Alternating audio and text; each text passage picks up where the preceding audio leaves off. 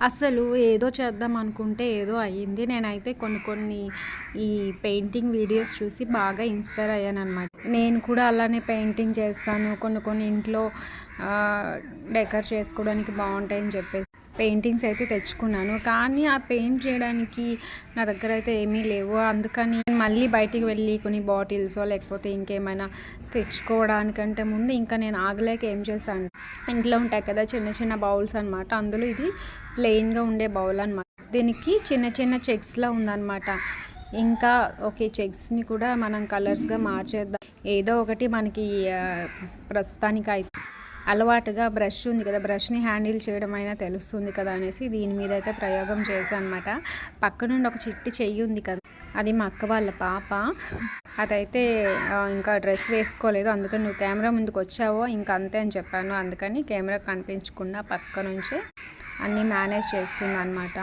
ఇందులో చిన్న చిన్న సర్కిల్స్ అయితే ఉన్నాయి. అన్నింటినీ ఒక కలర్ఫుల్ బౌల్ అవుతుంది అనుకుంటూ నేనైతే దానికి రకరకాల కలర్స్ అయితే అప్లై చేశాను. కానీ డిజైన్ ఎలా వచ్చినా ఏమొచ్చినా చూడడానికి బాగున్నా బాగాలేకపోయినా సరే ఆ వేస్తున్నటప్పుడు ఆ ఫీల్ ఉంటుంది కదా, చాలా బాగుంటుంది అన్నమాట.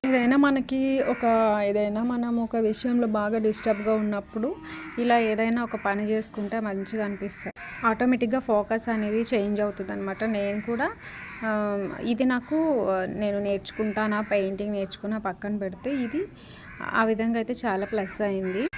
ఎల్లో కలర్, ఇంకా బ్లాక్ కలర్, ఇంకా blue colour, green colour, white colour, అన్ని కలర్స్తో ఒక కళాఖండం అయితే తయారు చేశాను.